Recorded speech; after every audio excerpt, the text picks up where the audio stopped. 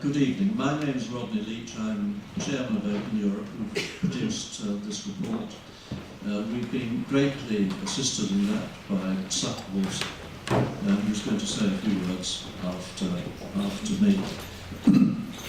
If I might characterise this report, apart from its thoroughness, its two authors are sitting here at the front, Max will introduce them later, we've been working on it for months with great intensity. I think the other aspect of it is its surprising conclusion, which is that there's 4 reasonably plausible scenarios. 2 of them show a gain from pulling out, 2 of them show a loss from pulling out, and of course there are all sorts of mix and matches in between.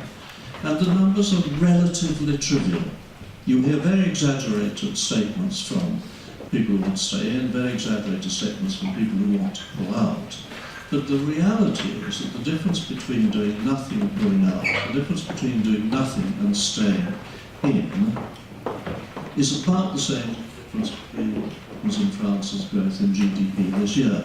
And that's over a period of 15 years. So we're fundamentally looking in economic terms at relatively small differences. But those differences, and this is the other key element, which was extremely well expounded by Simon Wolfson the other day, some of you may have seen his article in the press, is that what happens is not Brexit itself, it's the way the country responds to Brexit. That is what is going to make all the difference. Now with that I'd like to introduce Simon Wolfson, who all of you I'm sure will know as one of the finest businessmen in the country, as Chief Executive Next. Many of you who are interested in politics will also know him as a very incisive observer of the political scene. So Simon, with no more ado, over to you. I'm going to stand up so that you can see my suit. It's £189, it's right at the top of the range from Next, so if anyone's thinking you look smart, you know exactly where to go immediately afterwards. We're open until 10 o'clock online, we'll deliver the next day. This is a really good report, and I congratulate the authors on their thoroughness. And what they produced is something that is, first of all, remarkably balanced in a debate that is so imbalanced. And it seems to me that there are 2 extremes. We're told either that pulling out of Europe will be economic Armageddon, suicide, in economic terms, and millions of jobs will be lost, or we're told that no, it's the path to sunny uplands, and you know, our newfound liberation will come along, automatically come along with it, great prosperity. And the reality is, of course, neither is true, and of course the more profound reality that applies to so much in life is that it won't be what happens to Britain in terms of whether it comes out or stays in that really makes the difference as to our prosperity after leaving the European Union. If we come out of Europe, what will make the difference is what Britain chooses to do in the wake of departure. If it chooses the path of protection, if it chooses not to aggressively deregulate, if it wanders down the path of xenophobia, then the worst economic predictions of exit will come true, and we will lose 2.2% of GDP. If, on the other hand, we embrace globalization, aggressively deregulate, and take a sensible and balanced approach to economic migration, then there is an upside. I realise that this report will be greeted by neither side of the debate, because it doesn't give headlines that clearly favour, in one line, one side or the other. But this is a complex debate, and it deserves far more than 1 or 2 headlines.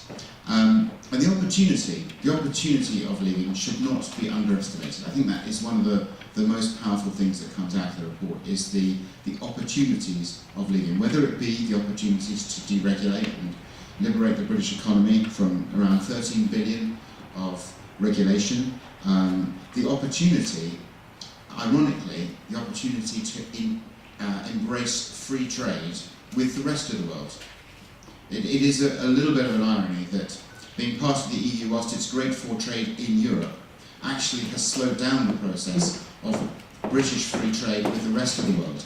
And there's enormous opportunities there, both as importers and as exporters. And we shouldn't underestimate the effect that the sort of insidious tax that is duty has on the lives of the country. The suit that I mentioned at the beginning of the talk, which I know many of you wrote down the price, £189. Of course, if we didn't have import duties, it would be nearer to about 160. So you get an even greater bargain. 8 billion of our food costs would disappear if we had more open food markets. And of course, we would open up British exports to developing and emerging economies, which, whilst they may not be important to us now, in 10, 20, 30 years' time, seem likely to dwarf the economies of the existing European Union.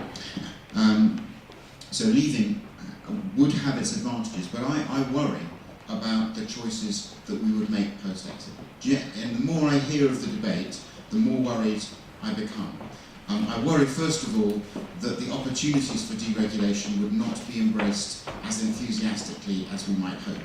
And you've only got to look at some of the regulation that Britain gilds, gold plates, and then adds to realise that actually leaving the European Union does not automatically mean deregulation.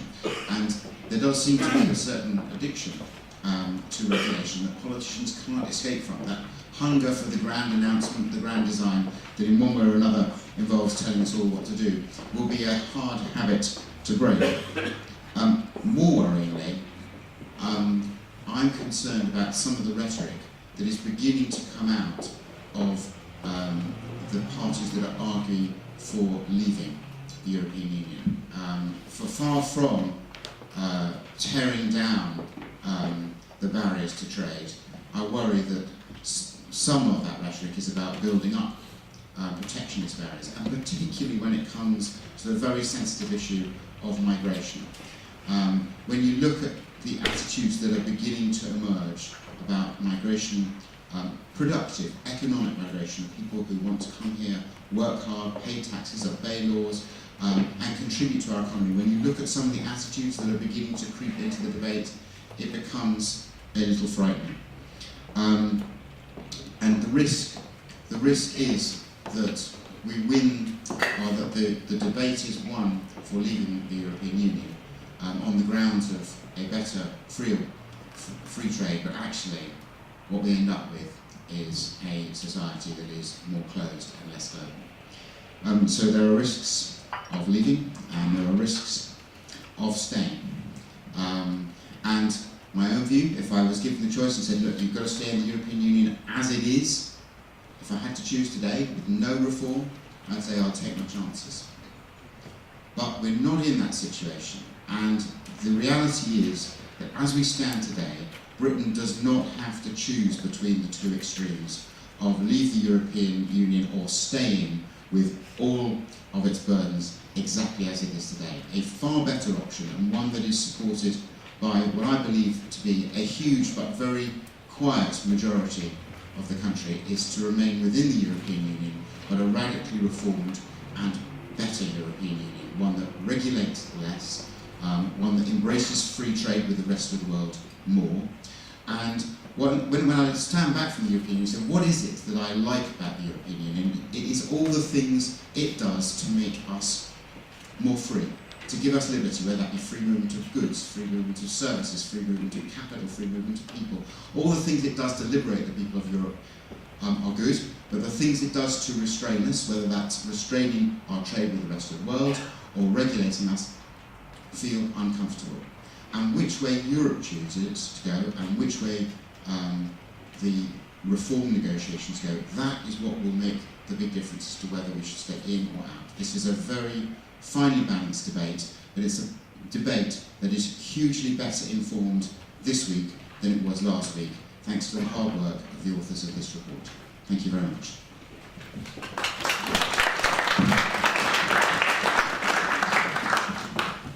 Thank you very much indeed, Simon.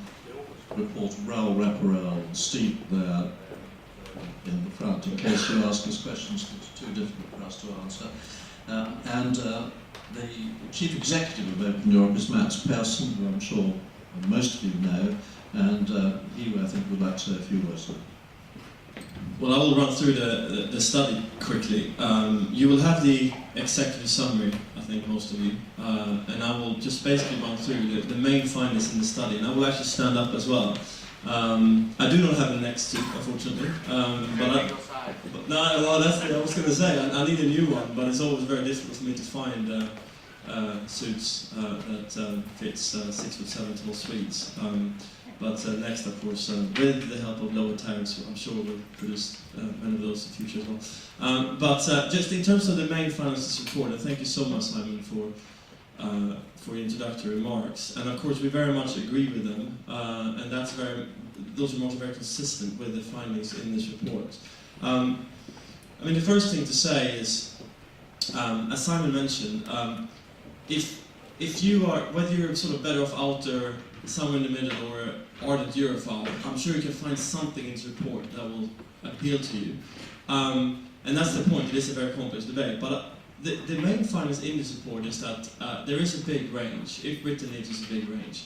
Our range, as Simon mentioned, is between a 2.2 contraction in GDP in 2030 or a 1.6% increase in GDP in 2030.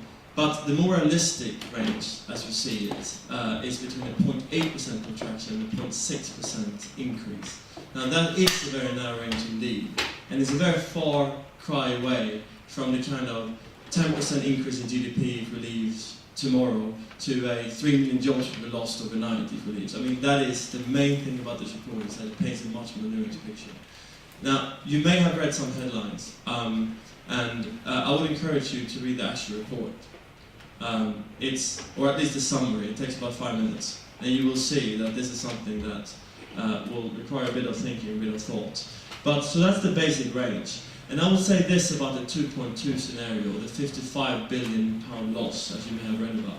That's in a very worst case scenario. That's if Britain leaves and fails to strike any kind of deal with the European Union at all, and does nothing else. It's almost as bad as to the point of being illustrative. So that's very unlikely to happen. It could happen. It's not beyond a stretch of imagination, but I would say it's very, very unlikely. A much more realistic scenario is that Britain leaves and strikes some sort of deal with the EU. The question is, what kind of deal will this be able to strike? Now, in terms of the choices facing the UK if it does leave, I mean, we found that, as Simon also mentioned, there's a lot of scope for things Britain can do differently outside, and there are mainly two areas in terms of the economics, in terms of the business aspect of this, that Britain can do differently. The first thing is it can run its own trade policy, and the second thing is it can regulate and deregulate in areas that it currently can't do because they are locked in at the EU level. So if you look at the first area, run your own free trade policy. This is an area where Britain actually has the potential to benefit outside the EU if it plays its cards right. At the moment, for example, the EU does not have free trade deals with some of the emerging economies, some of the biggest growth markets around the world. India, China, to mention a few. It doesn't even have a trade deal with the US. It's pending, it's been negotiated, but as of yet, the EU and the US do not have a free trade deal with each other. If Britain is outside the EU, it could find it much easier to go and strike trade deals with these countries, not having to worry about the sensitivities of 27 other countries. I mean, that potential benefit is real. The example I always give is Scotch whisky, which at the moment faces a 150% tariff in India, which is one of its biggest potential growth markets. Outside, and whisky, by the way, whether we are whisky drinkers or not, accounts for 25% of all UK food and drink exports. So it's a big market. Outside the EU, you can go strike a trade deal with India, lower that barrier, and Scotch whisky will very happy to sell a lot more whisky in India. And there are plenty of examples like that. So this benefit is real. Our report also found actually that Britain could probably strike a deeper and better, a more beneficial trade deal with the US outside the EU than it could within the EU. The second benefit is deregulation, and here we've done a lot of work, and we estimate that the top 100 most costliest EU regulations impose a cost on the UK economy of around £33 billion at the moment. And we estimate that in a very, very liberal scenario, a UK government could get rid of about 23 of those regulations, 23 billion of those regulations.